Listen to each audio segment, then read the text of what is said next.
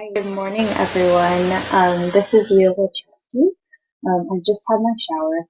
I've just done my yoga for the day and my meditation and my reading, plus I have my coffee. So basically, we're set up in a good place.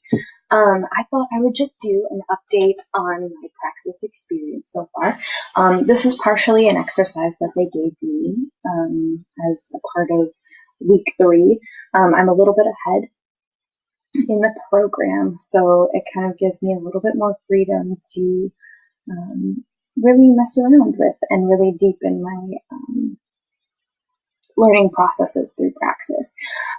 So basically, what this little short, hopefully short, video is going to be is just an update. For week 3, I had to work through a lot of figuring out where I best fit within a business partner and what kind of jobs would really inspire me when I'm working in business. And at the end of the week, we have this um, exercise where we really get to express our thoughts and what we're feeling like and where we feel we're at with this whole process, to put it lightly. So I have my notes a little bit here. They asked me 4 questions that had to do with a lot of the content that we read this week. We read Wait But Wise Guide to Picking a Career and Mark Andreessen's, I'm going to say that that's how you pronounce it, Guide to Career Planning. And within both of these pieces, there were some things that were applicable, some things that were quite not. That just didn't fit with what I'm going through right now, and that's okay because both of these people who have written these articles are very well versed in their fields and have been very generous to take the time to write such thorough pieces of writing. Like, I think Wait But Wise Guide literally took me an hour and a half to read. So really, they're both putting their heart and soul into what they're doing. So yeah, I'm going to just work through these questions that Praxis has given me. The first one being, what is one insight from this week's content on approaching your career that you strongly agree with? So something that I read that really resonated with me is this quote. Very simple, but it's a quote. Remembering that you're kind of dumb. Take that for what you will. For me, it helps me to just take a step back and realize that I don't need to be perfect. I don't have to have a set standard path. I don't need to feel like I have everything in order and preach that I have everything in order because I do not. While I know where I'd kind of like to be in the next year or so, even, I don't have to have that figured out. I don't have to be financially figured out. I don't have to be opportunity lined up figured out. Um, and basically realizing that we're all just kind of dumb. We're all just humans rolling around on Earth and trying to find what really sets our souls on fire. So that, yeah, sometimes I've just had to take a step away from things this week and say, I'm just kind of dumb. I don't have to know everything yet. I have full capacity to ask questions and to not know everything yet. And hopefully I'll never know everything because then that means I don't get to ask questions.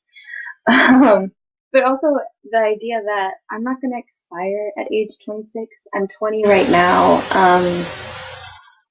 And so I think a lot of people my age are really feeling the fear of achievement, not the fear of achievement, but the fear that they won't achieve something by age 26, which is huge. Like, that's so much. I'm just trying to figure out how many vegetables I really need to be eating in a day and trying to make sure that I drink enough water every day. Like, how am I supposed to change the world by age 26? It's great if I do. Like, awesome. But also allowing myself to take more time is everything. Allowing myself to be okay with being a little bit dumb and needing to take more time with some things and ask questions with other things. So that's something that really resonated with me. The second question is, what is one insight from this week's content, meaning like the articles that we read, that you disagree with or feel doesn't apply to you? This didn't really apply to me per se, but it doesn't mean I can't learn something from it. But page 4 of the Guide to Career Planning by Mark Andreessen. A lot of this page focused on both being in Ivy League school and coming out of Ivy League school, or just college in general, being in college and then coming out of college. Because a lot of people I know are very driven college students, in the best ways possible. That's where we're going to see a whole bunch of innovation happen. But the crossover from leaving school into working real world, it allows you to, not allows you to, but it will force you to fall on your face a few times. Generally, I think that's just a given. But yeah, so it was a lot of college experience talk, which is awesome. And I think that I might send that to a couple of my friends just so they have. But yeah, I looked very heavily into Ivy League school because I'm working to get as much acting training under my belt as possible. And for me to actually go to a college program, I wanted to be in the best of the best schools versus just some school that wasn't going to feed me as much or be in the middle of nowhere, so I couldn't build a network. Because acting is all about building a network. So that's kind of part of the reason why I chose Praxis over just a school that I wasn't as passionate about. But yeah, knowing that I looked heavily into Ivy League and kind of understanding the students who are in Ivy League schools a little bit better was insightful and helpful, and realizing that they're going to go through the same thing that I'm going through right now. It's just, how do you translate the skills and the questions you've been asking and formulate something to put into the real world? So while it didn't quite fit with my situation because I'm not in an Ivy League school, it was very interesting to me. And I think that's something that I'll still benefit from knowing about. And maybe that helps me give better advice in the future when all of my friends get out of school. Not sure. We'll see. So moving on to question number 3, what's one item on your top shelf of the priority shelf from the Wait But Why essay? So the priority shelf is something that works like you have your top shelf, which is your priorities. You have these 2 middle shelves that they're things that are important to you, but at the end of the day, what really takes full attention from you if need be. And then you have your bottom shelf of your priority shelf. So for my top shelf right now, I'm sure this will change thousands of times over, is finding a means to be able to act 24/7.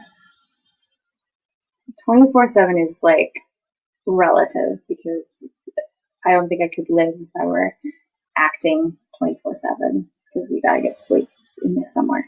But finding a means to act professionally and consistently is the big priority for me right now. It's how I'm looking at connecting all my little dots and examining my little dots. Like, how is this helping me get to where I need to be as an actor? This is also like looking at different training studios in New York and Chicago, and what connects my little dots best.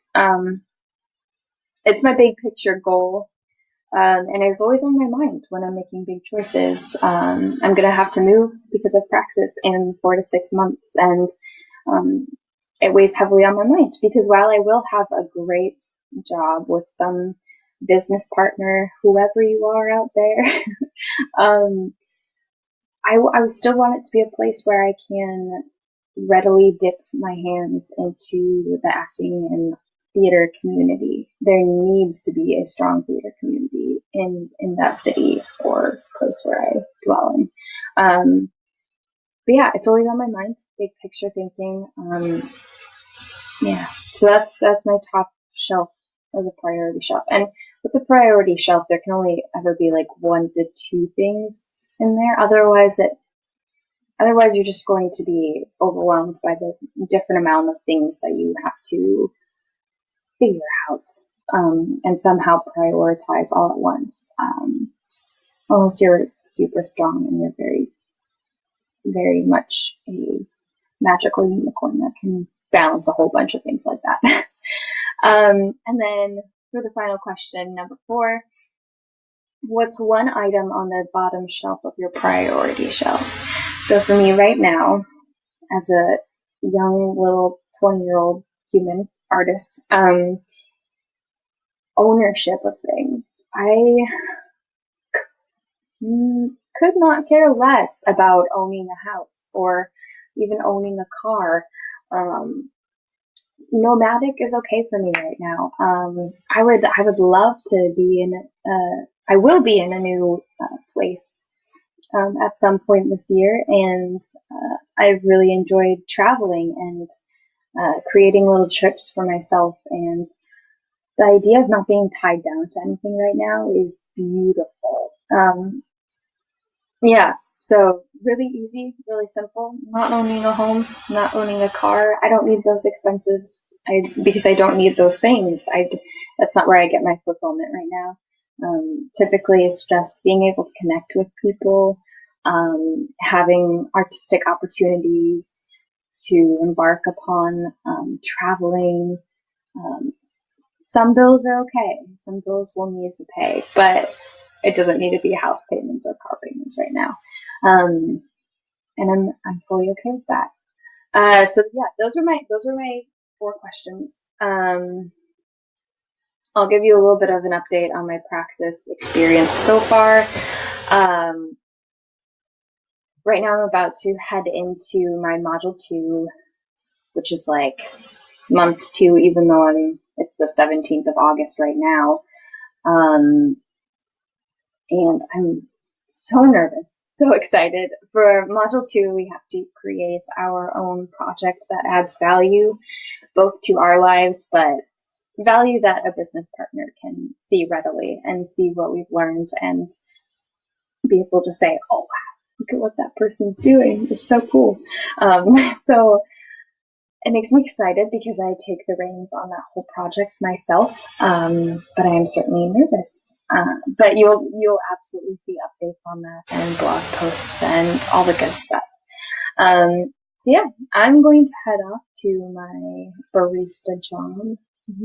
That's why I decided to fancy up with my lipstick today, but it got way too dark when I put it on. But what can you do? More updates to come soon. Thanks for taking the time to watch this and keep up with my story and path as it unfolds. I'll talk to you soon.